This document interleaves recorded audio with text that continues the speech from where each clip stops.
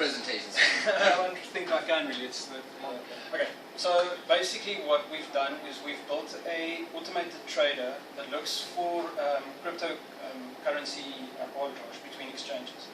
So what we've done is we've implemented and abstracted some exchanges, and then implemented all the tickers, so all the currencies that are available. So we basically check between the exchanges which currencies are common to both, or multiples.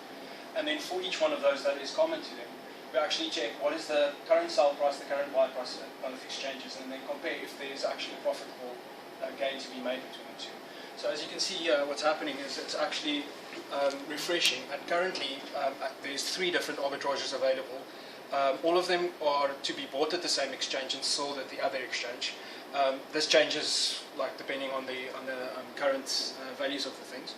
So currently the difference or the profit to be made is very low. So for example, this doggy coin, we could buy for 0.000136 at the one and sell for 137 at the other one, which is a very small margin. But considering that you buy typically like 100,000 to like a million even of these at a time, 0.74% of that is not too bad. So this also then calculates the buying fees and the selling fees and the transfer fees, so we can actually see that the whole transaction as a whole is actually profitable. So that's what's happening here. It's actually now checking these potential opportunities.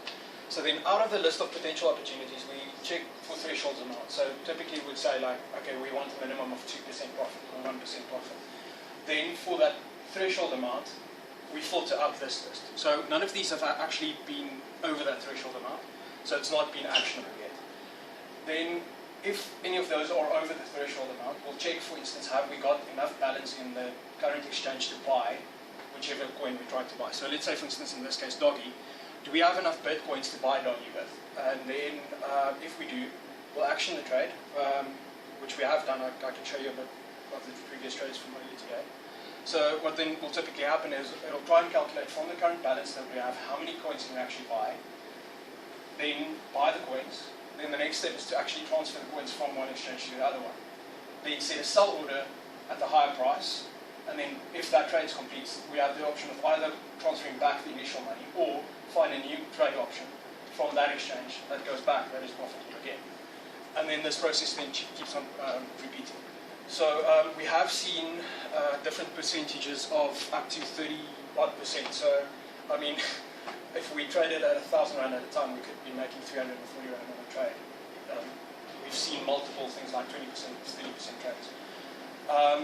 The risk of doing something like this is the cryptocurrencies are extremely volatile. So you do stand the risk of transferring money to the second exchange and then not being able to sell it at a high price. So those are kind of the risks that we're looking at. To just give you an idea, here's just a basic exchange page. So as you can see in here, some of the coins that we have bought earlier today as cash coins. So at a point, the cash coins were profitable to buy at Cryptsy and then move across to the other exchange and then sell. So we had 100th of a Bitcoin worth, and we bought 6 units of that worth of cash coin. Now we have 289 cash coin. So the next step then in the process would be to transfer the cash coin to the secondary exchange and then sell it at a profit. And then, like I said, rinse and repeat. So I've turned off trading for the moment, and as you can see, there aren't really any profitable ones at this stage. But as you can see here, it's done multiple trades through the day of cash coin specifically that it's bought for the various prices. Going forward, we have implemented a grid that automatically updates, so it's a bit more user-friendly. I can quickly show you that. Then going forwards, what we're planning to do is then also increase the complexity of the routes. So instead of just having one exchange each side, you could have multiple exchanges. So buy with Bitcoin to Litecoin, buy with Litecoin, Doggy Coin, buy with Doggy Coin, Feather Coin, etc., etc. And the route could be infinitely long. And then you could make a profit on every jump in the route until you get back to the original currency that you want. The final step to get it back to real world currencies is we have local exchanges, for instance, Fedex here. And currently a Bitcoin is selling for about 7,500 Rand.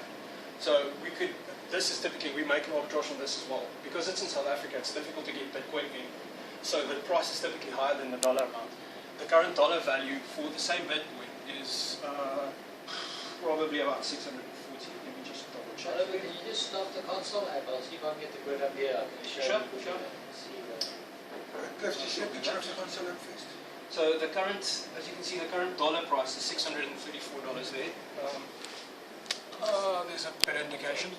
And that same Bitcoin is selling locally for 7,600 Rand. So as you can see, there's another arbitrage to be made just by selling the Bitcoins on local currencies.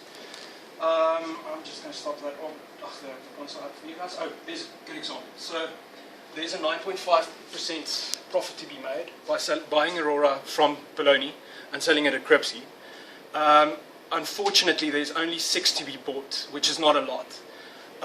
And then also the sell volume at that price is very, very low. It's 0.016. So typically, the volumes are too low for us to actually be profitable on that. That's pretty much the gist of it. I'm just going to stop this. What is just mention some of the arbitrages we've had since we started. We've gone up to about 50%. 38. Something like that, yeah.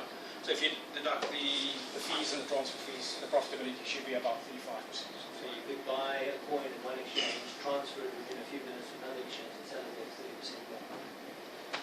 Have you guys made it? Well, That's I mean, just school. Well, we haven't really actually managed to implement the transfers yet. So we're buying coins at the moment. The next step for us to implement is the transferring of coins to the secondary exchange.